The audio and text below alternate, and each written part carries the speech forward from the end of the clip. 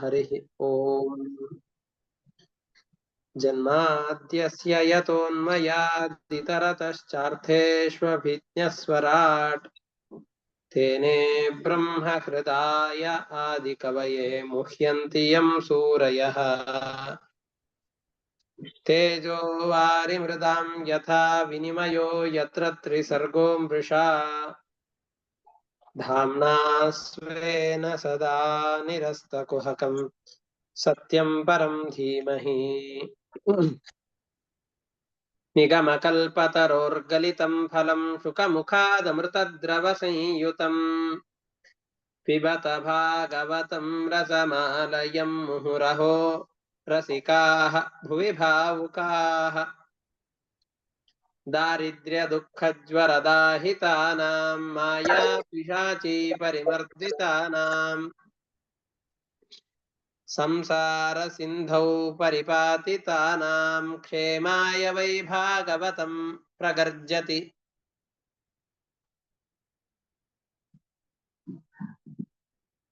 श्रीगुरुभ्यो नमः हरिः ओम्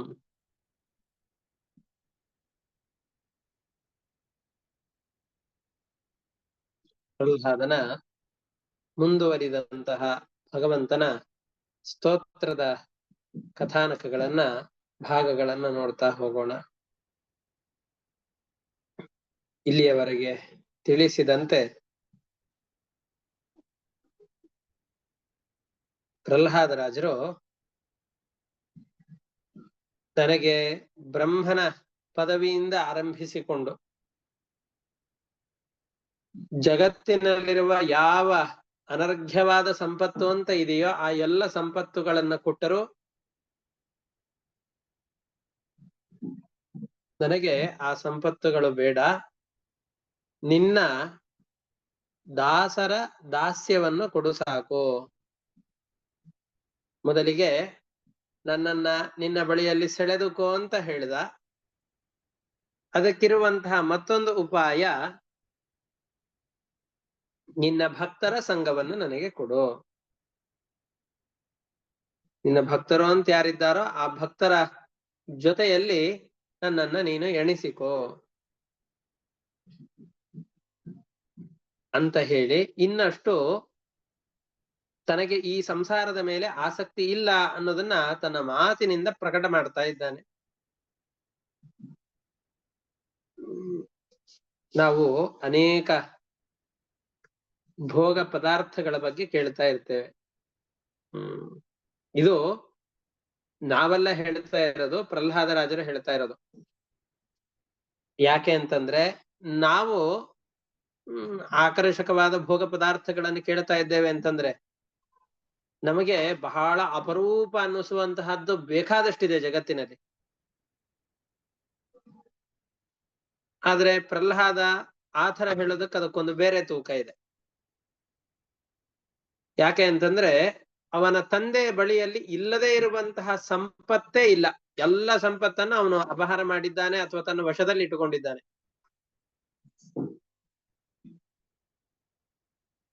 ಈಗಲೂ ಪ್ರಹ್ಲಾದನ ಬಳಿಯಲ್ಲಿ ಇಲ್ಲದೆ ಇರುವಂತಹ ಭೋಗ ವಸ್ತುಗಳೇ ಇಲ್ಲ.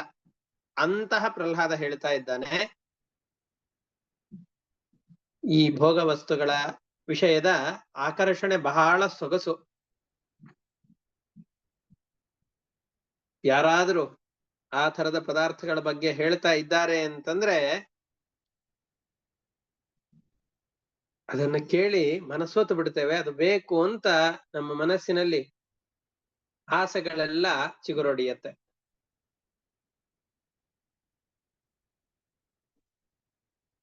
ಆ ಭೋಗ ಪದಾರ್ಥಗಳನ್ನ ಎಷ್ಟು ಪ್ರಯತ್ನ ಪಟ್ಟರೂ ಕೂಡ ನಾವು ಪಡೆಯಬಹುದೇ ಅಂತ ವಿಚಾರ ಮಾಡಿದರೆ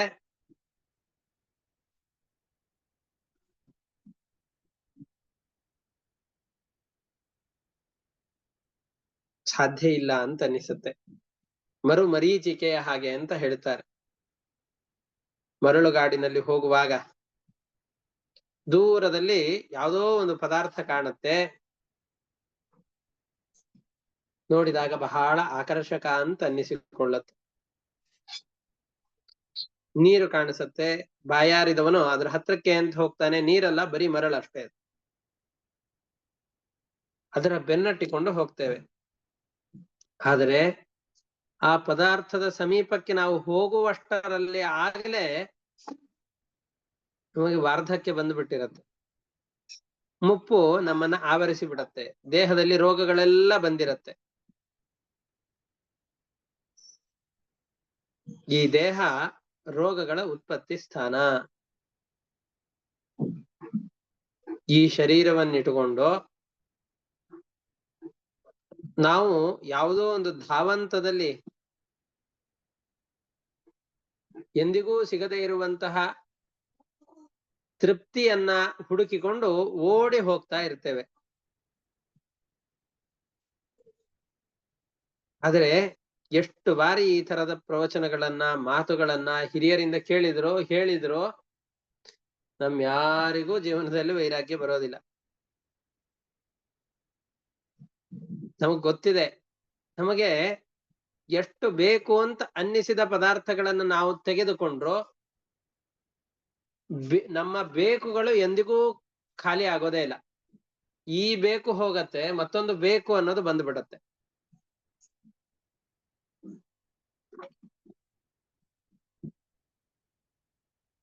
ನಮಗೆ ಎಂದಿಗೂ ಈ ಬೇಕುಗಳ ಸಂತೆಯಿಂದ, ನಮ್ಮ ಆಸೆಗಳ ಪೂರೈಕೆಯಿಂದ ನಮ್ಮ ಮನಸ್ಸಿನಲ್ಲಿ ಉಂಟಾಗಿರುವಂತಹ ಬೆಂಕಿಯನ್ನ ಶಾಂತಗೊಳಿಸ್ಲಿಕ್ಕೆ ಸಾಧ್ಯವೇ ಇಲ್ಲ. ಕುತ್ರಾಶಿಷಃ ಶ್ರುತಿ ಸುಖಾಹ ಮೃಗ ತೃಷ್ಣ ರೂಪಾಹ ಕ್ವೇದಂ ಕಲೇವರಂ ಅಶೇಷ ರುಜಾಂ ವಿರೋಹಂ. ಮೃಗತೃಷ್ಟ ರೂಪಾಹ, ಈ ಮೃಗತೃಷ್ಟ ಅಂತಂದ್ ಹೇಳಿದ್ರೆ ಮರುಭೂಮಿಯಲ್ಲಿ ಕಾಣುವಂತಹ ನೀರಿನ ಹಾಗೆ ಅಂತ. ಆ ಭೋಗ ಪದಾರ್ಥಗಳು ಕೇಳಲಿಕ್ಕೆ ಬಹಳ ಆಕರ್ಷಕ, ನೋಡ್ಲಿಕ್ಕೆ ತುಂಬಾ ಚೆನ್ನಾಗಿರುತ್ತೆ, ನೀರು ಸಿಕ್ಕೇ ಬಿಡ್ತು ಅಂತ ಅನ್ನಿಸುವ ಹಾಗೆ ಕಾಣಿಸುತ್ತೆ. ಆದರೆ ನಮಗ್ ಗೊತ್ತಿದೆ, ನಮಗ್ ಅಷ್ಟು ದೂರದವರೆಗೂ ಹೋಗುವ ಸಾಮರ್ಥ್ಯ ಇಲ್ಲ. ಯಾಕೆ? ನಮಗ್ ಕಳೆ ಬರ ಅಂತಂದ್ರೆ ಈ ಶರೀರ ಪ್ರತಿ ಕ್ಷಣದಲ್ಲೂ ಕೂಡ ತನ್ನ ಸಾಮರ್ಥ್ಯವನ್ನು ಕಳೆದುಕೊಳ್ತಾ ಇರುತ್ತೆ, ಯಾವ್ದಾದ್ರೂ ಒಂದು ರೋಗಕ್ಕೆ ಸಮೀಪಿಸ್ತಾ ಇರತ್ತೆ. ಎಲ್ಲ ರೋಗಗಳ ಉತ್ಪತ್ತಿ ಸ್ಥಾನ ಈ ಶರೀರ. ಇಷ್ಟೆಲ್ಲ ಗೊತ್ತಿದೆ ನಮಗೆ, ಗೊತ್ತಿಲ್ಲ ಅಂತಿಲ್ಲ. ನಮ್ಮ ಆಯುಷ್ಯ ಪರಿಮಿತವಾದದ್ದು. ನಾವು ಪಡುವಂತಹ ಅತಿಯಾದಂತಹ ಕಷ್ಟ ಯಾವ ಭೋಗಕ್ಕೋಸ್ಕರವೋ ಆ ಭೋಗ ಮಾಡುವ ಶಕ್ತಿ ಕೊನೆಯಲ್ಲಿ ನಮಗೆ ಇರೋದೇ ಇಲ್ಲ ಅಂತ ನಮಗೆಲ್ಲ ಗೊತ್ತಿರತ್ತೆ. ಆದ್ರೂ ಸಾಧನೆಗೆ ಅಂತ ತೊಡಗದೇನೆ ಕಾಡ್ಗಿಚ್ಚನ್ನ ಬಿಂದಿಗೆಯ ನೀರಿನಿಂದ ಆರಿಸ್ಲಿಕ್ಕೆ ಅಂತ ನಾವು ಹೋಗ್ತಾ ಇರ್ತೇವೆ. ನಮ್ಮ ಬೇಕುಗಳ ಪೂರೈಕೆಯನ್ನ ಸ್ವಲ್ಪ ಸ್ವಲ್ಪ ಪ್ರಯತ್ನದಿಂದ ನಾನು ಸಿದ್ಧಿಸಿಕೊಳ್ಳಬಲ್ಲೆ ಅಂತ ಪ್ರಯತ್ನ ಪಡ್ತಾ ಇರ್ತೇವೆ. ಇಷ್ಟರಲ್ಲೂ ಇಂತಹ ಬಯಕೆಗಳಲ್ಲಿ ಅತಿಯಾದ ಕ್ಷುದ್ರವಾದ ಬಯಕೆಗಳೆಲ್ಲ ಇರುವಂತಹದ್ದು ಅಸುರ ಕುಲದಲ್ಲಿ ಹುಟ್ಟಿದವರಿಗೆ. ನಾನು ಆ ತರದ ಕುಲದಲ್ಲಿ ಹುಟ್ಟಿರುವವನೇ. ನನ್ನ ಮೇಲೆ ಎಂಥ ಅನುಗ್ರಹವನ್ನು ತೋರಿದ್ದಿ, ನನ್ನ ತಲೆ ಮೇಲೆಲ್ಲ ನಿನ್ನ ಕೈಯನ್ನಿಟ್ಟು ಅನುಗ್ರಹ ಮಾಡಿದ್ದಿ. ಜಗತ್ತಿನಲ್ಲಿರುವ ಎಲ್ಲರಿಗೂ ಕೂಡ ಪಕ್ಷಪಾತ ಇರುತ್ತೆ. ಇವನು ನಮ್ಮವನು, ಇವನು ಪಕ್ಕದ ಮನೆಯವನು, ಇವನು ನಮ್ಮ ಜಾತಿಯವನು, ಇವನು ಅನ್ಯ ಜಾತಿಯವನು, ಇವನಿಗೆ ನಾನೇನಾದ್ರೂ ಉಪಕಾರವನ್ನು ಮಾಡಬೇಕು, ನಮ್ಮ ಜಾತಿಯವನಾದ್ದರಿಂದ. ಇವನು ಬೇರೆ ಜಾತಿಯವನಾದ್ರಿಂದ ಇವನ ಬಗ್ಗೆ ಅಷ್ಟು ಗಮನ ಕೊಡಬೇಕಾಗಿಲ್ಲ. ಇಂತಹ ಜನರನ್ನು ಓಲೈಸಿದರೆ ನಾನು ಮತ್ತಷ್ಟು ನನ್ನ ಕೆಲಸಗಳನ್ನ ಮಾಡಿಕೊಳ್ಳಬಹುದು. ಇಲ್ಲ ಅಂತಾದ್ರೆ ಮುಂದಿನ ಸಾರ್ತಿ ಚುನಾವಣೆಯಲ್ಲಿ ನಾನು ಸೋಲ್ಬೇಕಾಗತ್ತೆ ಅಂತ ಅಂದುಕೊಂಡು ರಾಜಕಾರಣಿಗಳು, ಪ್ರತಿಯೊಬ್ಬ ಮನುಷ್ಯನೂ ಕೂಡ ತನ್ನ ಉಪಯೋಗಕ್ಕೋಸ್ಕರ ಇವನು ನಮ್ಮವನು, ಇವನು ಮತ್ತೊಬ್ಬನು ಅಂತ ಪಕ್ಷಪಾತವನ್ನು ತೋರಿಸ್ತಾನೇ ಇರ್ತಾರೆ. ಆದ್ರೆ ನೀನು ಯಾವ ವ್ಯಕ್ತಿಗಳಲ್ಲಿ ಈ ರೀತಿಯಾದ ಪಕ್ಷಪಾತವನ್ನು ತೋರಿಸ್ಲಿಕ್ಕೆ ಸಾಧ್ಯ? ಯಾಕೆ ಅಂತಂದ್ರೆ ಎಲ್ಲ ಜಂತುಗಳು ಕೂಡ ನಿನಗೆ ಮಿತ್ರರೇ ಆಗಿದ್ದಾರೆ. ಎಲ್ಲ ಜಂತುಗಳಿಗೂ ಕೂಡ, ಪ್ರತಿಯೊಂದು ಜೀವಜಾತಕ್ಕೂ ಕೂಡ ನೀನು ಆಪ್ತ ಮಿತ್ರನೇ ಆಗಿದ್ದಿ. ಯಾರು ನಿನಗೆ ಮಿತ್ರರಲ್ಲ ಹೇಳು? ಹಾಗಾಗಿ ನಾನು ಅಸುರ ಕುಲದಲ್ಲಿ ಹುಟ್ಟಿದರೂ ನಾನು ಮಾಡುವ ಸತ್ಕರ್ಮಗಳನ್ನ ಮಾತ್ರ ಗಮನಿಸಿ, ದೇವರೇ ನೀನು ನನಗೆ ಅನುಗ್ರಹ ಮಾಡ್ಲಿಕ್ಕೆ ಅಂತ ನಿನ್ನ ಕೈಗಳನ್ನ ನನ್ನ ತಲೆ ಮೇಲಿಟ್ಟು ನನಗೆ ಅನುಗ್ರಹ ಮಾಡಿದ್ದಿ. ನಾವು ಮಾಡುವ ಸೇವೆಗೆ ಅನುಗುಣವಾದ ಫಲವು ಮಾತ್ರ ನಿನ್ನಿಂದ ಸಿಗತ್ತೆ ಹೊರತಾಗಿ ಇನ್ಫ್ಲೂಯೆನ್ಸ್ ನಿನ್ನ ಹತ್ರ ಉಪಯೋಗಕ್ಕೆ ಬರೋದಿಲ್ಲ. ನಾನು ಕೂಡ ಇಲ್ಲಿ ದೊಡ್ಡ ಹಾವುಗಳಿಂದ ಕೂಡಿದ ದೊಡ್ಡದಾದಂತಹ ಕೂಪದಲ್ಲಿ ಬಿದ್ದಿದ್ದೆ. ವಿಷಯ ಪದಾರ್ಥಗಳ ಆಸಕ್ತಿ ಅನ್ನುವಂಥದ್ದು ಹಾವುಗಳಿದ್ದ ಹಾಗೆ. ಯಾಕೆ ಅಂದ್ರೆ ಅವು ನಿರಂತರವಾಗಿ ಚಲಿಸ್ತಾ ಇರತ್ತೆ. ಹಾಗೆ ನಮ್ಮ ವಿಷಯಾಭಿಲಾಷೆಗಳು ಕೂಡ ಪ್ರತಿ ನಿತ್ಯದಲ್ಲೂ ಪ್ರತಿ ಕ್ಷಣದಲ್ಲೂ ಕೂಡ ಬದಲಾಗ್ತಾನೇ ಇರತ್ತೆ. ನಾನೇನಾದ್ರೂ ಒಂದು ವೇಳೆ ಇಂತಹ ವಿಷಯಾಭಿಲಾಷೆಗಳಿಗೆ ಬಲಿಯಾಗುವಂತಹ ಸಂಸಾರದಲ್ಲಿ ಇದ್ದು ಅಂತಹ ಜನರ ಸ್ವಲ್ಪ ಸಂಪರ್ಕಕ್ಕೆ ಹೋಗ್ಬಿಟ್ಟಿದ್ದೆ ಅಂತಂದ್ರೆ ಅಧಪಾತಕ್ಕೆ ಮತ್ತೊಂದು ಕಾರಣ ಬೇಕಾಗೇ ಇಲ್ಲ. ಇಷ್ಟು ಸಾಕು ನಾನು ಸಂಸಾರದಲ್ಲಿ ಅಧಪಾತಕ್ಕೆ ಹೋಗಲಿಕ್ಕೆ. ಆದರೆ ದೇವಋಷಿಗಳಾದಂತಹ ನಾರದ ಮಹರ್ಷಿಗಳು ಬಂದು ಇವನು ನಮ್ಮವನು ಅಂತ ತಿಳಿದುಕೊಂಡು ಅನುಗ್ರಹ ಮಾಡಿದ್ದಾರೆ. ಅಂತಹ ನಿನ್ನ ದಾಸರ ಅನುಗ್ರಹವೇ ಇಷ್ಟು ದೊಡ್ಡದಾಗಿ ನಿನಗೆ ನನ್ನಲ್ಲಿ ಇಷ್ಟು ಭಕ್ತಿಯನ್ನು ಕೊಟ್ಟು ನಿನ್ನ ಕರಸ್ಪರ್ಶ ನನ್ನ ತಲೆಯ ಮೇಲೆ ಆಗುವ ಹಾಗೆ ಮಾಡಿದೆ ಅಂತಾದ್ರೆ ನಿನ್ನ ದಾಸರ ಸೇವೆಯನ್ನು ನಾನು ಹೇಗ್ ಬಿಡ್ಲಿ? ನಿನ್ನ ಸೇವೆ ಬೇರೆ, ನಿನ್ನ ದಾಸರ ಸೇವೆಯನ್ನೇ ಬಿಡಲಿಕ್ಕಾಗೋದಿಲ್ಲ. ಅಂತಹವರ ಸೇವೆಯೇನೆ ಇಂತಹ ಉನ್ನತವಾದಂತಹ ಸ್ಥಾನದಲ್ಲಿ ನಾನು ಕೂಡುವ ಹಾಗೆ ಮಾಡಿದೆ.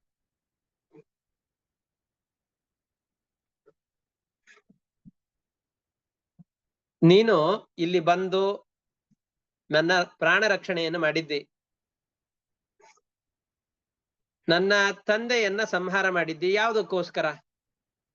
ಎಲ್ರು ಅಂತಾರೆ, ಪ್ರಹ್ಲಾದನ ಮೇಲೆ ನರಸಿಂಹದೇವರಿಗೆ ಬಹಳ ಪ್ರೀತಿ ಇದೆ, ಪ್ರಹ್ಲಾದನನ್ನ ರಕ್ಷಣೆ ಮಾಡಬೇಕಾಗಿದೆ, ಅದಕ್ಕೆ ನರಸಿಂಹದೇವರು ಬಂದು ಪ್ರಹ್ಲಾದನನ್ನ ರಕ್ಷಣೆ ಮಾಡಿ ಹಿರಣ್ಯಕಶಿಪುವನ್ನ ಸಂಹಾರ ಮಾಡಿದ್ದಾರೆ. ನಾನು ಈ ರೀತಿಯಾಗಿ ತಿಳಿದುಕೊಳ್ಳೋದಿಲ್ಲ. ನಿನಗೆ ನಾರದ ಮುನಿಗಳ ಮೇಲೆ ಅಷ್ಟು ಪ್ರೀತಿ ಇದೆ, ಅದಕ್ಕೋಸ್ಕರ ನೀನ್ ಇಲ್ಲಿ ಬಂದಿದ್ದಿ. ಯಾಕೆ ಅಂತಂದ್ರೆ ನಾರದ ಮುನಿಗಳು ನಾನು ಗರ್ಭದಲ್ಲಿದ್ದಾಗ ಯಾವ ಯಾವ ಉಪದೇಶಗಳನ್ನ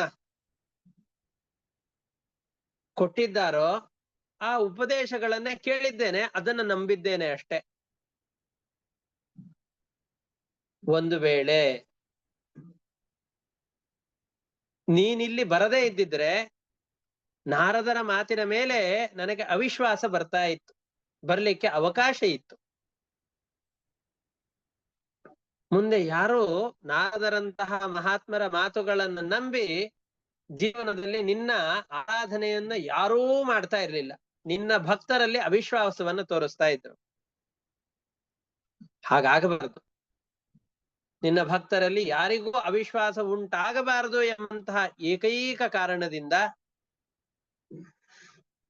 ಅವರು ಹೇಳಿದ ಉಪದೇಶವನ್ನಲ್ವಾ ನಾನು ನಂಬಿದ್ದು. ಭಗವಂತನನ್ನ ಅಚ್ಛಿನ್ನವಾಗಿ ನಂಬಿದಂತಹ ವ್ಯಕ್ತಿಗಳು ಯಾರಿದ್ದಾರೋ ಅಂತಹವರಿಗೆ ಪರಮಾತ್ಮ ರಕ್ಷಣೆ ಮಾಡಿಯೇ ಸಿದ್ಧ. ಅವರನ್ನು ಎಂದಿಗೂ ಪರಮಾತ್ಮ ಬಿಡಲಾರ. ರಕ್ಷತೀತ್ಯೇವ ವಿಶ್ವಾಸಃ ತದೀಯೋಹಂ ಇತಿ ಸ್ಮೃತಿ ಶರಣಾಗತಿ ರೇಷಾ ಸ್ಯಾದ್ ವಿಷ್ಣು ಮೋಕ್ಷ ಫಲಪ್ರದ.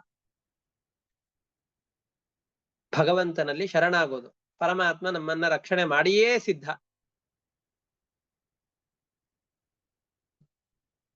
ಅವನಿರೋದೇ ನಮ್ಮ ರಕ್ಷಣೆಗೋಸ್ಕರ ಅಂತ ತಿಳಿದುಕೊಂಡು ಯಾರು ಭಗವಂತನನ್ನ ಆರಾಧನೆ ಮಾಡ್ತಾ ಇರ್ತಾರೋ ಅಂತಹ ವ್ಯಕ್ತಿಗಳಿಗೆ ಭಗವಂತ ರಕ್ಷಣೆ ಮಾಡಿಯೇ ತೀರ್ತಾನೆ ಅನ್ನುವಂತಹದ್ದು ನಾರದರ ಉಪದೇಶ. ಆ ಉಪದೇಶವನ್ನ ಸತ್ಯ ಮಾಡಬೇಕಲ್ಲ. ಈ ಉಪದೇಶವನ್ನೇ ನಂಬಿದ ಬಡಪಾಯಿ ಆದಂತಹ ವ್ಯಕ್ತಿ ನಾನು. ನನ್ನ ತಂದೆ ಖಡ್ಗವನ್ನು ಹಿಡಿದುಕೊಂಡು, ಎಲ್ಲಿದ್ದಾನೆ ನೀನು ನಂಬಿದ ದೇವ, ಒಂದು ವೇಳೆ ಇರುವುದು ಅಂತಾದ್ರೆ ಖಡ್ಗದಿಂದ ನಿನ್ನ ತಲೆಯನ್ನ ಕತ್ತರಿಸಿ ಹಾಕ್ತೇನೆ, ತಡೆಯಲ್ಲಿ ನೋಡೋಣ ಅಂತ ಅಂದ. ಆ ಕ್ಷಣದಲ್ಲಿ ನೀನು ಪ್ರಕಟನಾಗಿ ಬಂದು ನನ್ನನ್ನ ರಕ್ಷಣೆ ಮಾಡಿದ್ದಿ. ನೀ ನನ್ನ ನಂಬಿಕೆಯನ್ನು ಉಳಿಸಿದ್ದಲ್ಲ, ವೇದವ್ಯಾಸರ, ನಾರದರ ಮಾತುಗಳನ್ನ ಸತ್ಯ ಮಾಡುವ ಉದ್ದೇಶದಿಂದ ನೀನಿಲ್ಲಿ ಬಂದಿದ್ದಿ. ಕ್ವಾಹಂ ರಜಃ ಪ್ರಭವ ಈಶ ತಮೋಧಿಕೇಸ್ಮಿನ್ ಜಾತಃ ಸುರೇತರ ಕುಲೆ ಕ್ವ ತವಾನುಕಂಪ ನ ಬ್ರಹ್ಮಣೋ ನತು ಭವಸ್ಯ ನ ವೈ ರಮಾಯಾಹ ಯನ್ಮೇರ್ಪಿತಃ ಶಿರಸಿ ಪದ್ಮಕರ ಪ್ರಸಾದಃ. ನಾನು ಅಸುರ ಕುಲದಲ್ಲಿ ಹುಟ್ಟಿದವನು. ತಾಮಸ ಸ್ವಭಾವವೇ ನಮ್ಮ ಕುಲದಲ್ಲಿ ಹುಟ್ಟಿದವರಿಗೆ ಅಧಿಕವಾಗಿರುತ್ತೆ. ಅಷ್ಟೇ ಅಲ್ಲ, ನಿನಗೆ ಅತ್ಯಂತ ಪ್ರೀತಿ ಪಾತ್ರರಾದವರು ದೇವತೆಗಳು, ನಿನಗೆ ಅನುಕೂಲರಾಗಿರ್ತಾರೆ, ನಿನ್ನ ಆದೇಶಗಳನ್ನು ಪಾಲನೆ ಮಾಡ್ತಾ ಇರ್ತಾರೆ ಎಂಬ ಕಾರಣದಿಂದ. ಹಾಗಿದ್ರು ಅವು ಎಲ್ಲವನ್ನ ಬಿಟ್ಟು ನೀನು ಈ ಜನರನ್ನ ವಧಿಸುವ ಉದ್ದೇಶದಿಂದಾಗಿ ಅವರನ್ನೆಲ್ಲ ನಮ್ಮಂತಹ ದೇವತೆಗಳಿಗೆ ವಿರುದ್ಧವಾದಂತಹ ಕುಲದಲ್ಲಿ ಹುಟ್ಟಿದಂತಹ ನಮ್ಮನ್ನ ವಧಿಸುವ ಉದ್ದೇಶದಿಂದಾಗಿ ನೀನಿಲ್ಲಿಗೆ ಬಂದಿದ್ದಿ. ಬಂದು ಬ್ರಹ್ಮನ ವರ ಇದ್ದಂತಹವನು, ಅಂತಹವನಾದರೂ ಕೂಡ ನನ್ನ ತಂದೆಯನ್ನ ಸಂಹಾರ ಮಾಡಿ ನನಗೆ ಅನುಗ್ರಹ ಮಾಡ್ತಾ ಇದ್ದಿ. ಇವನು ನೈಷಾ ಪರಾವರ ಮತಿ ಭವತೋ ನನು ಸ್ಯಾತ್ ಜಂತೋರ್ ಯಥಾತ್ಮ ಸುಹೃದೋ ಜಗತಸ್ತಥಾಪಿ ಸಂಸೇವಯ ಸುರತರೋರಿವತೆ ಪ್ರಸಾದ ಸೇವಾನುರೂಪ ಉದಯೋ ನ ಪರಾವರತ್ವಾತ್. ಪರಮಾತ್ಮ, ನಿನ್ನ ಅನುಗ್ರಹ ನಮ್ಮ ಮೇಲೆ ಏನ್ ಆಗ್ತಾ ಇದೆಯೋ ಇದು ಎಲ್ಲದಕ್ಕೂ ಕೂಡ ಕಾರಣವಾದದ್ದು ನಿನ್ನ ಸೇವೆಯೇ ಹೊರತಾಗಿ ಇದನ್ನು ಹೊರತುಪಡಿಸಿದ ಮತ್ತೊಂದು ನಮ್ಮಲ್ಲಿ ಅನುಗ್ರಹಕ್ಕೆ ಕಾರಣ ಇಲ್ಲ. ಇವನು ನಮ್ಮವನು, ಇವನು ಮತ್ತೊಬ್ಬನವನು ಅಂತ ಈ ರೀತಿಯಾದಂತಹ ವ್ಯತ್ಯಾಸವನ್ನು ನೀನು ಮಾಡೋದಿಲ್ಲ. ಏವಂ ಜನಂ ನಿಪತಿತಂ ಪ್ರಭವಾಹಿ ಕೂಪೆ ಕಾಮಾಭಿಕಾಮಂ ಅನುಯ ಪ್ರಪತನ್ ಪ್ರಸಂಗಾತ್ ಕೃತ್ವಾತ್ಮಸಾತ್ ಸುರರ್ಷಿಣಾ ಭಗವನ್ ಗೃಹೀತಃ ಸೋಹಂ ಕಥನ್ ವಿಸೃಜೆ ತವ ಭೃತ್ಯ ಸೇವಾಂ.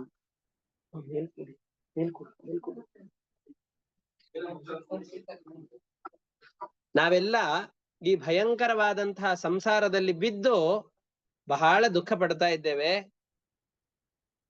ನಾವು ಇದರಲ್ಲಿಯೇ ಬಿದ್ದು ಬಹಳ ದುಃಖ ಪಡುವಂತಹ ಸಂದರ್ಭದಲ್ಲಿ ನಮ್ಮನ್ನ ಅನುಗ್ರಹ ಮಾಡ್ಲಿಕ್ಕೋಸ್ಕರವಾಗಿ ದೇವರ್ಷಿ ನಾರದರನ್ನ ನಮ್ಮ ಬಳಿಯಲ್ಲಿ ಹೊಂದುವ ಹಾಗೆ ಮಾಡಿದೆ. ನೀ ನನ್ನನ್ನ ರಕ್ಷಣೆ ಮಾಡಿದ್ದು, ನನ್ನ ತಂದೆಯನ್ನ ವಧಿಸಿದ್ದು, ಇದೆಲ್ಲವನ್ನೂ ಕೂಡ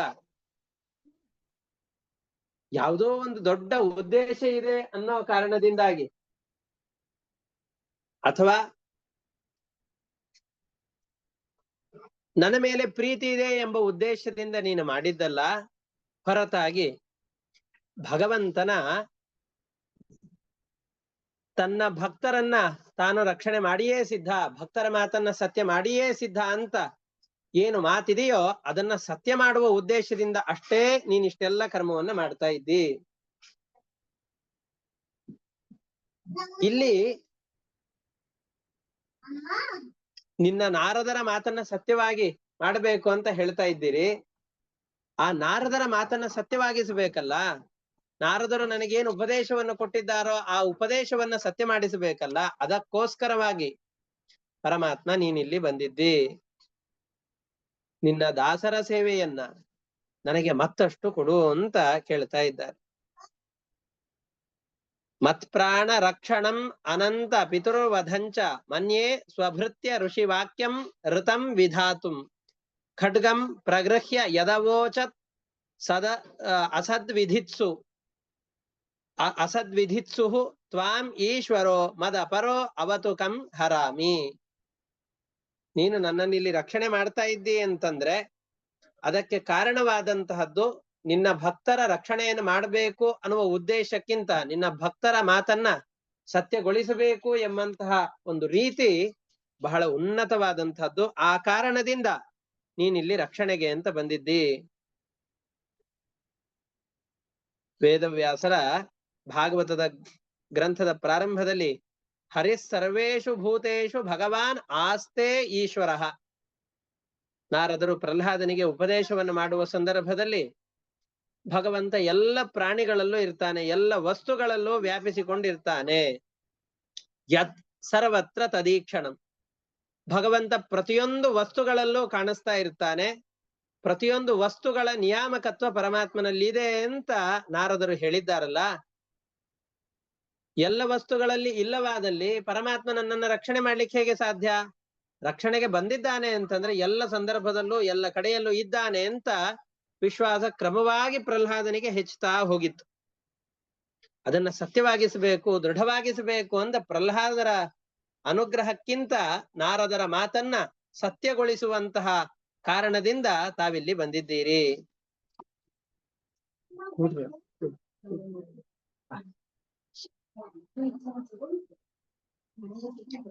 ಏಕಸ್ತ್ವಮೇವ ಜಗದೇತದಮುಷ್ಯ ಯಸ್ತ್ವಂ ಆದ್ಯಂತಯೋಃ ಪೃಥಕ್ ಅವಸ್ಯಸಿ ಮಧ್ಯತಶ್ಚ ಸೃಷ್ಟ್ವಾ ಗುಣವ್ಯತಿಕರಂ ನಿಜಮಾಯಯೇದಂ ನಾನೇವ ತೈಃ ಅವಸಿತಃ ತದನುಪ್ರವಿಷ್ಟಃ. ನೀನು ಇಡೀ ಜಗತ್ತಿನ ಒಳಗಡೆಯಲ್ಲಿ ಎಲ್ಲರಿಗೂ ಪ್ರೇರಕನಾಗಿ ನಿಂತಿದ್ದಿ. ಒಂದೇ ನಿಮಿಷ.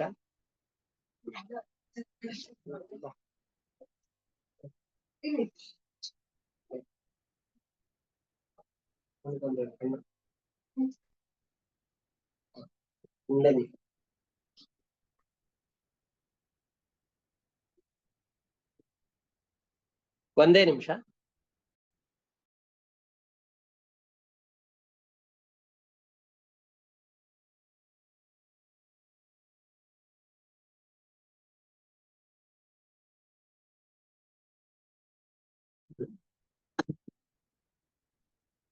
ಇದು ಆದ್ಮೇಲೆ ಮತ್ತೆ ಪರಮಾತ್ಮನ ಸ್ತೋತ್ರವನ್ನು ಮಾಡ್ತಾ, ಇಡೀ ಜಗತ್ತು ನಿನ್ನ ಅಧೀನ,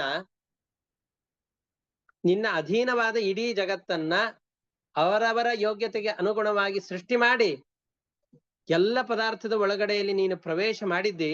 ಪ್ರಳಯ ಕಾಲದಲ್ಲಿ ಜಗತ್ತನ್ನು ನಿನ್ನ ಒಳಗಡೆಯಲ್ಲಿ ಇಟ್ಟುಕೊಂಡು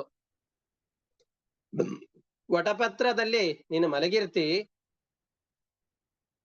ಯಾವಾಗಲೂ ಕೂಡ ಸುಖದಿಂದ ಇರುವಂತ ನಿನಗೆ ಆಯಾಸವೇ ಇಲ್ಲ. ವಟಪತ್ರದಲ್ಲಿ ಮಲಗೋದು ಅಂದ್ರೆ ಏನು? ವಟಪತ್ರದಲ್ಲಿ ಮಲಗೋದು ಅಂತಂದ್ರೆ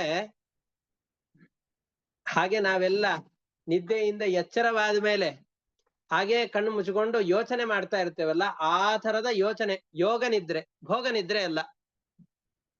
ಅಂತಹ ನೀನು ಮತ್ತೆ ಸೃಷ್ಟಿಯ ಕೊನೆಯ ಕಾಲದಲ್ಲಿ ಅಥವಾ ಪ್ರಳಯದ ಕೊನೆಯ ಕಾಲದಲ್ಲಿ, ಸೃಷ್ಟಿಯ ಆರಂಭದ ಕಾಲದಲ್ಲಿ ಮತ್ತೆ ಈ ಜಗತ್ತಿನಲ್ಲಿ ಸತ್ವಾದಿ ಗುಣಗಳೆಲ್ಲವನ್ನೂ ಕೂಡ ಪ್ರೇರಣೆ ಮಾಡ್ತಿ. ನೀನು ಯಾವಾಗ ಏಳ್ತೀಯೋ, ಯೋಗ ನಿದ್ರೆಯಿಂದ ಹೊರಬಡ್ತೀಯೋ ಅದೇ ಜಗತ್ತಿನ ಸೃಷ್ಟಿ. ಯಾವಾಗ ಯೋಗ ನಿದ್ರೆಗೆ ಜಾರ್ತೀಯೋ ಅದೇ ಪ್ರಳಯ. ಇಡೀ ಜಗತ್ತು ನಿನ್ನ ಅಧೀನದಲ್ಲಿ ಒಂದು ಚಿಕ್ಕ ಬೀಜದ ರೂಪದಲ್ಲಿ ಇರುತ್ತೆ. ದೊಡ್ಡ ಆಲದ ಮರ, ಆ ಆಲದ ಮರದ ಬೀಜದಲ್ಲಿ ಅಡಗಿರುವಂತೆ ಇಡೀ ಜಗತ್ತು ಆ ಪ್ರಕೃತಿಯ ಅತ್ಯಂತ ಸೂಕ್ಷ್ಮವಾದಂತಹ ಪದಾರ್ಥದಲ್ಲಿ ಅಡಗಿರತ್ತೆ. ನಿನ್ನ ನಾಭಿ ಕಮಲದಿಂದಾಗಿ ಬ್ರಹ್ಮನನ್ನ ಸೃಷ್ಟಿ ಮಾಡಿ ಅವನ ಮುಖಾಂತರವಾಗಿ ಇಡೀ ಜಗತ್ತನ್ನ ಸೃಷ್ಟಿ ಮಾಡ್ತಿ ಪರಮಾತ್ಮ. ಇಂತಹ ನೀನು, ಇಡೀ ಜಗತ್ತನ್ನ ಸೃಷ್ಟಿ ಮಾಡುವಂತಹ ನೀನು, ನಾವ್ ಯಾವ್ದಾದ್ರೂ ದೇಶದ ಪ್ರಧಾನಿಗಳು ಅತ್ಯಂತ ಬಡವನ ಮನೆಗೆ ತುಂಬಾ ಚೆನ್ನಾಗಿ ಅಧ್ಯಯನ ಮಾಡಿದ್ದಾನೆ, ಉತ್ತಮವಾದ ಸಾಧನೆಯನ್ನು ಮಾಡಿದ್ದಾನೆ ಅಂತಾಗಿ ಅವನ ಮನೆಗೆ ಬಂದು ಬಿಟ್ರು ಅಂತಂದು ಹೇಳಿದ್ರೆ ಅದನ್ನೆಲ್ಲ ಮೀಡಿಯಾಗಳಲ್ಲಿ ನ್ಯೂಸ್ ಆಂಕರ್ಗಳು ಇವರೆಲ್ಲ ಎಷ್ಟು ದೊಡ್ಡದಾಗಿ ತೋರಿಸ್ತಾರೆ.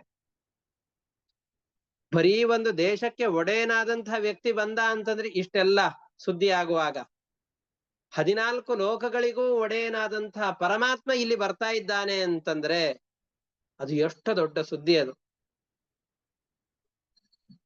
ಹಾಗಾಗಿ ಇಡೀ ಜಗತ್ತನ್ನ ಸೃಷ್ಟಿ ಮಾಡಿದಂಥ ಈ ಅಪೂರ್ವವಾದಂಥ ವ್ಯಕ್ತಿ ನನ್ನನ್ನು ಬಂದು ರಕ್ಷಣೆ ಮಾಡ್ತಾ ಇದ್ದಿ. ನಿನ್ನನ್ನು ನಾವು ಎಲ್ಲಿ ಹುಡುಕಬೇಕು? ಎಲ್ಲಿ ಹುಡುಕಬೇಕು ಅಂತಂದ್ರೆ, ನಾವು ದೊಡ್ಡದಾದ ಆಲದ ಮರ ಎಲ್ಲಿತ್ತು ಅಂತ ಹುಡುಕ್ತೇವೆ. ಆ ಚಿಕ್ಕದಾದ ಬೀಜದ ಒಳಗಡೆಯಲ್ಲಿ ಇಷ್ಟು ದೊಡ್ಡದಾದ ಆಲದ ಮರ ಇತ್ತಲ್ಲ, ಹಾಗೆ ಪ್ರಕೃತಿಯಲ್ಲಿ ಪ್ರತಿಯೊಂದು ವಸ್ತುಗಳಲ್ಲಿ ನೀನು ಅಡಕವಾಗಿದ್ದಿ, ಅದನ್ನ ಕಾಣಬೇಕು. ಬ್ರಹ್ಮದೇವರನ್ನು ನೀನು ಸೃಷ್ಟಿ ಮಾಡಿದಿ. ಸೃಷ್ಟಿ ಮಾಡಿದ ಮೇಲೆ ನಾಭಿ ಕಮಲದಿಂದ ಕಮಲ ಬಂತು. ಆ ಕಮಲದಿಂದ ಚತುರ್ಮುಖ ಬ್ರಹ್ಮದೇವರು ಬಂದ್ರು. ಕಮಲದಲ್ಲಿ ಕೂತಿದ್ದಾರೆ.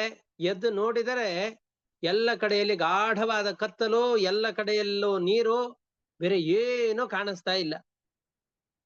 ಎಲ್ಲೆಲ್ಲಿ ಹುಡುಕಿದರೂ ಕೂಡ ಜಗತ್ತಿನಲ್ಲಿ ಮತ್ತೊಂದು ವಸ್ತು ಕಾಣಿಸ್ತಾ ಇಲ್ಲ. ಆಮೇಲೆ ನಿನ್ನನ್ನು ಹುಡುಕಬೇಕು ಅಂತ ಆ ನಾಳದ ಒಳಗಡೆಯಲ್ಲಿ ಇಳಿದರು. ಬರೀ ಕತ್ತಲು ಕಾಣಿಸ್ತು, ಶಬ್ದ ಕೇಳಿಸ್ತು, ತಪ ತಪ ಅಂತ, ತಪಸ್ಸನ್ನು ಮಾಡು ಅಂತ ಒಂದು ಅದೃಶ್ಯವಾದ ವಾಣಿ ಕೇಳಿಸ್ತು. ಅದರಂತೆ ಬಂದು ಭಗವಂತನ ಧ್ಯಾನವನ್ನು ಮಾಡಿದರು. ಶುದ್ಧವಾದ ಅವರ ತಪಸ್ಸಿಗೆ ಒಲಿದಂಥ ನೀನು ಅವರಲ್ಲಿ ಶಕ್ತಿಯನ್ನ ಕಂಡುಕೊಟ್ಟಿ, ಅವರ ಶಕ್ತಿಯನ್ನ ಅವರಿಗೆ ತಂದುಕೊಟ್ಟಿ, ಇಡೀ ಜಗತ್ತನ್ನ ನೀನು ಅವರ ಎದುರುಗಡೆಯಲ್ಲಿ ಸೃಷ್ಟಿ ಮಾಡುವ ಸಾಮರ್ಥ್ಯವನ್ನ ಪ್ರೇರಣೆ ಮಾಡಿದೆ. ಹಿಂದಿನ ಜಗತ್ತಿನ ಸೃಷ್ಟಿಯ ಕ್ರಮವೆಲ್ಲವನ್ನು ಕೂಡ ಅವರಿಗೆ ತಿಳಿಯುವ ಹಾಗೆ ಮಾಡಿದೆ. ಏವಂ ಸಹಸ್ರ ವದನಾಂಘ್ರಿ ಶಿರಃ ಕರೋರು ನಾಸಾಸ್ಯ ಕರ್ಣ ನಯನಾಭರಣಾಯುಧಾಢ್ಯಂ ಮಾಯಾಮಯಂ ಸದುಪಲಕ್ಷಣ ಸನ್ನಿವೇಶಂ ದೃಷ್ಟ್ವಾ ಮಹಾಪುರುಷಮಾಪ ಮುದಂ ವಿರಿಂಚಃ. ಬ್ರಹ್ಮದೇವರು ನಿನ್ನ ರೂಪವನ್ನು ನೋಡ್ತಾ ಇದ್ದಾರೆ. ಹೇಗಿದೆ ನಿನ್ನ ರೂಪ? ಸಾವಿರಾರು ಮುಖ, ಸಾವಿರಾರು ಕೈಗಳು, ಸಾವಿರಾರು ತೊಡೆಗಳು, ಮೂಗು, ಬಾಯಿ, ಎಲ್ಲವೂ ಕೂಡ ಪ್ರತಿಯೊಂದು ಅವಯವಗಳು ಕೂಡ ಸಾವಿರಾರು. ಅಂದ್ರೆ ಎಲ್ಲೆಲ್ಲಿ ನೋಡ್ತಾರೋ ಎಲ್ಲ ಕಡೆಯಲ್ಲೂ ನಿನ್ನ ರೂಪಗಳು, ಎಲ್ಲ ಅವಯವಗಳು ಬ್ರಹ್ಮದೇವರಿಗೆ ಕಾಣಿಸ್ತಾ ಇದೆ. ಹೀಗೆ ಪ್ರತಿಯೊಂದು ಕಡೆಯಲ್ಲೂ ಕೂಡ ನಿನ್ನ ರೂಪ, ಗುಣ, ಕ್ರಿಯೆ, ಅವಯವಗಳನ್ನು ನೋಡ್ತಾ ಇರುವಂತ ಅವರಿಗೆ ಬಹಳಷ್ಟು ಸಂತೋಷವಾಯಿತು. ನಿನ್ನನ್ನು ಕಂಡು ಬ್ರಹ್ಮದೇವರು ಪರಮ ಆನಂದವನ್ನು ಪಡಿತಾ ಇದ್ದಾರೆ. ಅಂತಹ ನೀನು ಹಯಗ್ರೀವ ರೂಪಿಯಾದಂತಹ ನೀನು ಈ ರೂಪವನ್ನು ಧರಿಸಿದಿ, ಹಯಗ್ರೀವ ರೂಪವನ್ನು ಧರಿಸಿದಿ. ಅವರು ವೇದಗಳನ್ನ ಅಪಹಾರ ಮಾಡಿದರು. ಮಧು ಮತ್ತು ಕೈಟಭ ಅನ್ನುವ ಇಬ್ಬರು ದೈತ್ಯರು ಬಂದು, ರಾಕ್ಷಸರು ಬಂದು ವೇದ ದ್ರೋಹವನ್ನ ಮಾಡಿದ್ರು, ವೇದವನ್ನ ಅಪಹಾರ ಮಾಡಿದ್ರು. ವೇದವನ್ನ ಅಪಹಾರ ಮಾಡೋದು ಅಂತಂದ್ರೆ ನಾವೆಲ್ಲ ಅನ್ಕೊಳ್ತೇವೆ, ಏನಪ್ಪ ವೇದವನ್ನ ಅಪಹಾರ ಮಾಡೋದು ಅಂತಂದು. ಪುಸ್ತಕಗಳನ್ನು ಕದ್ದು ಓಡಿ ಹೋದ್ರು ಅಂತ ಅರ್ಥವೋ? ಒಂದು ಪುಸ್ತಕ ಇಲ್ಲ ಅಂದ್ರೆ ಇನ್ನೊಂದು ಪುಸ್ತಕ. ಹಾಗಾಗಿ ವೇದಗಳನ್ನ ಅಪಹಾರ ಮಾಡೋದು ಅಂದ್ರೆ ಏನು ಅಂದ್ರೆ ವೇದಾಭಿಮಾನಿಗಳಾದಂತಹ ದೇವತೆಗಳನ್ನ ತಮ್ಮ ಹತೋಟಿಯಲ್ಲಿ ಇಟ್ಕೊಂಡ್ರು. ಆ ವೇದಾಭಿಮಾನಿಗಳಾದ ದೇವತೆಗಳು ಏನ್ ಮಾಡ್ತಾರೆ ಅಂತಂದ್ರೆ ಜನರಲ್ಲೆಲ್ಲ ಸದ್ಬುದ್ಧಿಯನ್ನ ಪ್ರೇರಿಸಿ ವೇದೋಕ್ತವಾದ ಕರ್ಮಗಳು ಅನುಷ್ಠಾನ ಮಾಡುವ ಹಾಗೆ ಪ್ರೇರಣೆ ಮಾಡ್ತಾ ಇರ್ತಾರೆ ದೇವತೆಗಳೆಲ್ಲ. ಆದರೆ ಈ ಮಧು ಮತ್ತು ಕೈಟಭ ಎಂಬಂತಹ ದೈತ್ಯರಿಬ್ರು ವೇದಾಭಿಮಾನಿ ದೇವತೆಗಳನ್ನ ತಮ್ಮ ಹತೋಟಿಯಲ್ಲಿ ಇಟ್ಟುಕೊಂಡು ಅವರು ಯಾವ ಕೆಲಸವನ್ನು ಮಾಡಬೇಕಾಗಿತ್ತಲ್ಲ, ಸಜ್ಜನರ ಒಳಗಡೆಯಲ್ಲಿ ನಿಂತುಕೊಂಡು ಅವರ ಬುದ್ಧಿಯನ್ನು ಪ್ರೇರಿಸಿ ಸತ್ಕರ್ಮಗಳಲ್ಲಿ ಪ್ರವೃತ್ತಿ ಮಾಡುವ ಹಾಗೆ ಕೆಲಸವನ್ನು ಏನು ಮಾಡಬೇಕಾಗಿತ್ತೋ ಆ ಕರ್ಮಗಳನ್ನು ಮಾಡದೇ ಇರೋ ಹಾಗೆ ಅವರನ್ನು ತಡೆದು ಬಿಟ್ಟು, ಹೀಗೆ ಪರಮಾತ್ಮ ಹಯಗ್ರೀವ ರೂಪದಿಂದ ಬಂದು ಇಂತಹ ದೈತ್ಯರು ಯಾರಿದ್ದಾರೋ ಅವರನ್ನ ಕೊಂದು ಹಾಕಿದ. ಕೊಂದು ಆ ವೇದಾಭಿಮಾನಿ ದೇವತೆಗಳನ್ನ ಬಿಡಿಸಿ ಮತ್ತೆ ಜನರಲ್ಲಿ ಸದ್ಬುದ್ಧಿಯನ್ನು ಪ್ರೇರಣೆ ಮಾಡುವ ಶಕ್ತಿಯನ್ನ ಅವರಿಗೆ ತಂದುಕೊಟ್ಟ.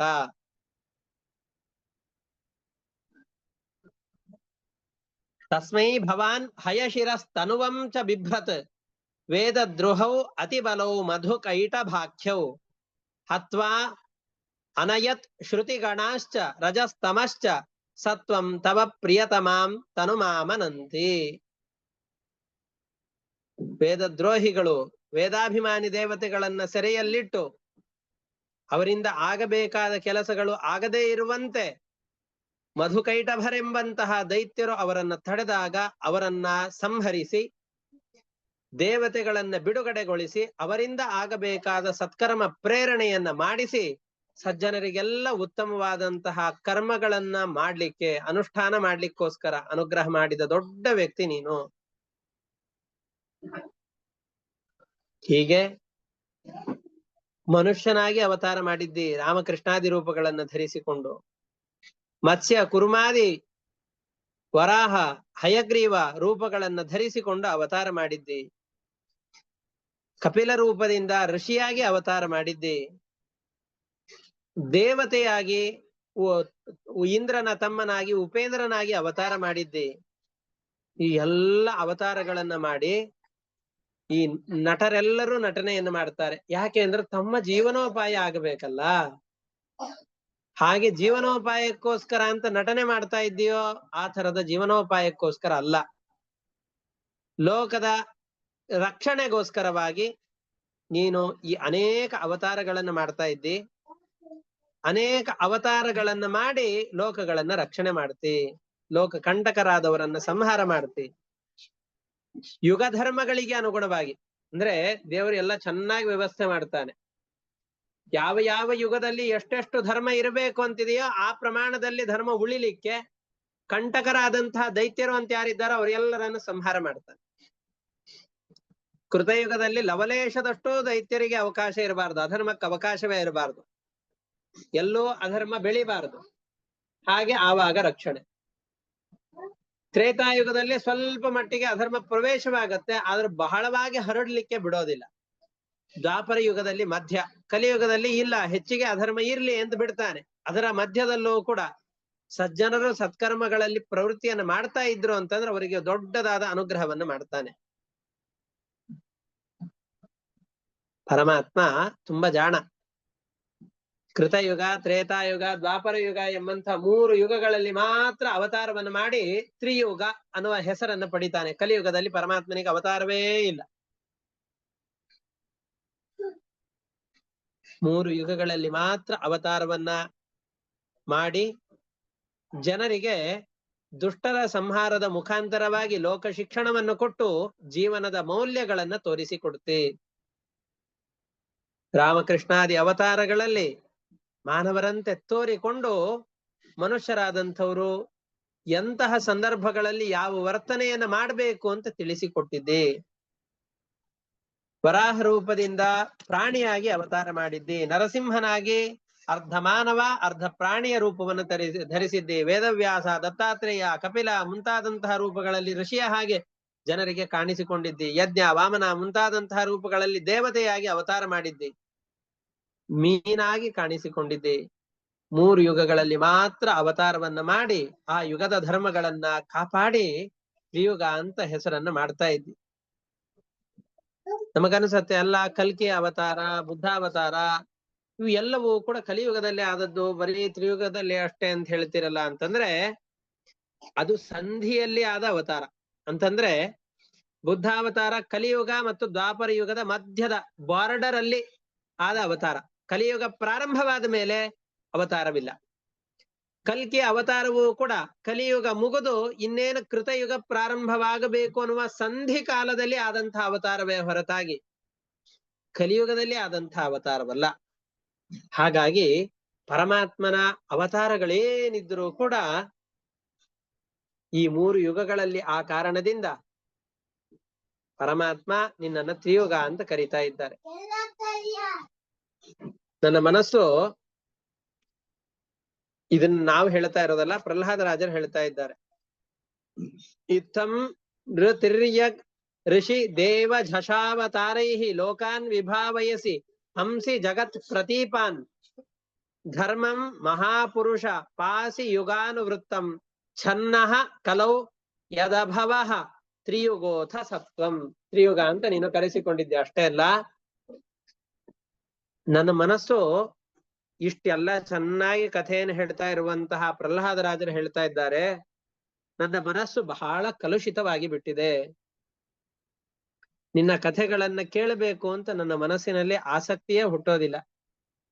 ಯಾಕೆ ಅಂದ್ರೆ ಬಹಳ ಕಲುಷಿತವಾಗಿದೆ.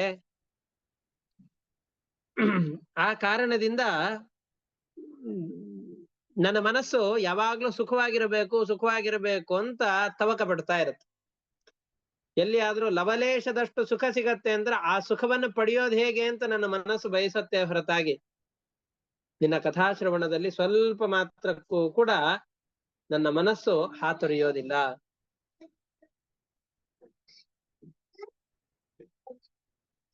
ನನಗೆ ನಮ್ಮೆಲ್ಲರ ಮಾತನ್ನು ಹೇಳ್ತಾ ಇದ್ದಾರೆ. ಭಯ, ಸಂತೋಷ, ನನ್ನವರು ಪರರವರು, ಮಕ್ಕಳು, ಮರಿಮೊಮ್ಮಕ್ಕಳು, ನಾನು, ನನ್ನ ಹೆಂಡತಿ, ಮಕ್ಕಳು ಅಂತ ಪುರುಷರಿಗೆ ಸ್ತ್ರೀಯರಿಗೂ ಇದೇ ರೀತಿಯ ಗಂಡ, ಮಕ್ಕಳು, ಮೊಮ್ಮಕ್ಕಳು, ನಮ್ಮವರು ಪರರವರು ಅಂತ ಈ ರೀತಿಯಾಗಿ ಮನೆ, ಮಕ್ಕಳು, ಈ ಸಂಸಾರದ ತಾಪತ್ರಯದಲ್ಲಿ ಬಿದ್ದು ಈ ಬಯಕೆಗಳಿಂದ ಮತ್ತೊಬ್ಬರಿಂದಾಗಿ ಅಪೇಕ್ಷೆ ಪಡುವ ಮುಖಾಂತರವಾಗಿ ನನ್ನ ಮನಸ್ಸೆಲ್ಲ ಬಹಳ ದುಃಖಗೊಂಡು ಬಿಟ್ಟಿದೆ. ಇಂತಹ ಮನಸ್ಸಿನ ನಿರಂತರ ತೊಳಲಾಟಗಳ ಮಧ್ಯದಲ್ಲಿ ಇಷ್ಟು ಮನಸ್ಸನ್ನ ಛೇದಿಸುವಂತಹ ವಿಷಯಗಳು ನನ್ನ ಸುತ್ತಲೂ ಇರುವಂತಹ ಸಂದರ್ಭದಲ್ಲಿ ನಿನ್ನ ಲೀಲೆಗಳನ್ನ ಹೇಗೆ ತಾನೇ ಮನನ ಮಾಡ್ಲಿಕ್ಕೆ ಸಾಧ್ಯ? ಹಾಗಾಗಿ ನನ್ನ ಮನಸ್ಸನ್ನ ಸಮಾಧಾನಗೊಳಿಸು. ನನ್ನ ನಾಲಿಗೆ ಎಷ್ಟು ಊಟ ಮಾಡಿದರೂ ಕೂಡ ತೃಪ್ತಿ ಇಲ್ಲ, ಮತ್ತೆ ಹೊಸದಾದ ರುಚಿಯ ಕಡೆಯಲ್ಲಿ ಅಪೇಕ್ಷೆ ಪಡ್ತಾ ಇರುತ್ತೆ. ಮೈ ಸುಖವಾದಂತಹ ಸ್ಪರ್ಶ ಎಲ್ಲಾಗುತ್ತೋ ಹಾಸಿಗೆಯಲ್ಲಿ, ಒಳ್ಳೆ ಬಟ್ಟೆಗಳಲ್ಲಿ, ಅದರಲ್ಲಿ ಆಸಕ್ತಿ ಪಡ್ತಾ ಇರುತ್ತೆ. ಹೊಟ್ಟೆ ಎಷ್ಟು ಹಾಕಿದ್ರೂ ಕೂಡ ಮತ್ತೆ ಹಸಿವನ್ನ ಹೊಂದತ್ತೆ, ಮತ್ತೆ ವಿಷಯ ಪದಾರ್ಥಗಳು ಹೊಟ್ಟೆಗೆ ಅನ್ನಬೇಕು ಅಂತ ಅನ್ನತ್ತೆ. ಕಿವಿಗಳು ಮಧುರವಾದ ಗಾನಗಳನ್ನು ಕೇಳ್ತಾ ಇರಬೇಕು ಅಂತ ಆ ವಿಷಯದ ಕಡೆಯಲ್ಲಿ ಹೋಗ್ತಾ ಇರತ್ತೆ. ಮೂಗು ಒಳ್ಳೆ ಗಂಧದ ಸಂಪರ್ಕ ಯಾವಾಗ್ಲೂ ಆಗ್ತಾ ಇರಬೇಕು ಅಂತ ಅನ್ನಿಸ್ತಾ ಇರತ್ತೆ. ಕಣ್ಣುಗಳು ಮತ್ತೆ ಮತ್ತೆ ಬೇರೆ ವಿಷಯ ಪದಾರ್ಥಗಳನ್ನು ನೋಡ್ಬೇಕು, ಚೆನ್ನಾದ ವಸ್ತುಗಳನ್ನು ನೋಡ್ಬೇಕು ಅಂತ ಹಾತೊರಿತಾ ಇರತ್ತೆ. ಹೀಗೆ ಒಬ್ಬನೇ ಗಂಡನಿಗೆ 5-6 ಜನ ಹೆಂಡಂದಿರಿದ್ರು ಅಂತಂದ್ರೆ ಒಬ್ಬೊಬ್ರು ಒಂದೊಂದು ಕಡೆಯಲ್ಲಿ ಕರಿತಾ ಇರ್ತಾರಲ್ಲ, ಆವಾಗ ಎಲ್ಲಿಗೆ ಹೋಗೋದು ಅಂತ ಗಂಡನಿಗೆ ಬಹಳ ಯೋಚನೆ ಆಗ್ತಾ ಇತ್ತು ಹಿಂದಿನ ಕಾಲದಲ್ಲಿ. ಹಾಗೆ ಈ ಇಂದ್ರಿಯಗಳೆಲ್ಲವೂ ಕೂಡ ನಮ್ಮನ್ನ ಸೆಳಿತಾ ಇದೆ, ಬಹಳ ಬಾಧಿಸ್ತಾ ಇವೆ. ಯಾವ ಕಡೆ ಹೋಗಬೇಕು ಅಂತ ಬಹಳ ತೊಳಲಾಟಕ್ಕೆ ಒಳಗಾಗಿದ್ದೇನೆ. ಈ ವೈತರಣಿ ನದಿಯಲ್ಲಿ ನಾನು ಬಿದ್ದು ಬಿಟ್ಟಿದ್ದೇನೆ, ಬಹಳ ಕಷ್ಟಪಡ್ತಾ ಇದ್ದಾನೆ ಅಂತ ನನ್ನ ಬಗ್ಗೆ ಅನುಕಂಪವನ್ನ ತಾಳಿ ನನ್ನನ್ನ ಈ ಸಂಸಾರದ ನದಿಯಿಂದ ಹೊರಗಡೆ ಬಾ, ಸೇರಿಸು, ನನ್ನನ್ನ ರಕ್ಷಣೆ ಮಾಡು ಅಂತ ಪ್ರಹ್ಲಾದರಾಜರು ಕೇಳ್ತಾ ಇದ್ದಾರೆ. ಹೀಗೆ ಅನೇಕ ಶ್ಲೋಕಗಳಿಂದ ಪ್ರಾರ್ಥನೆ ಮಾಡಿ ಬರೀ ಅವ್ರದ್ದಷ್ಟೇ ಅಲ್ಲ,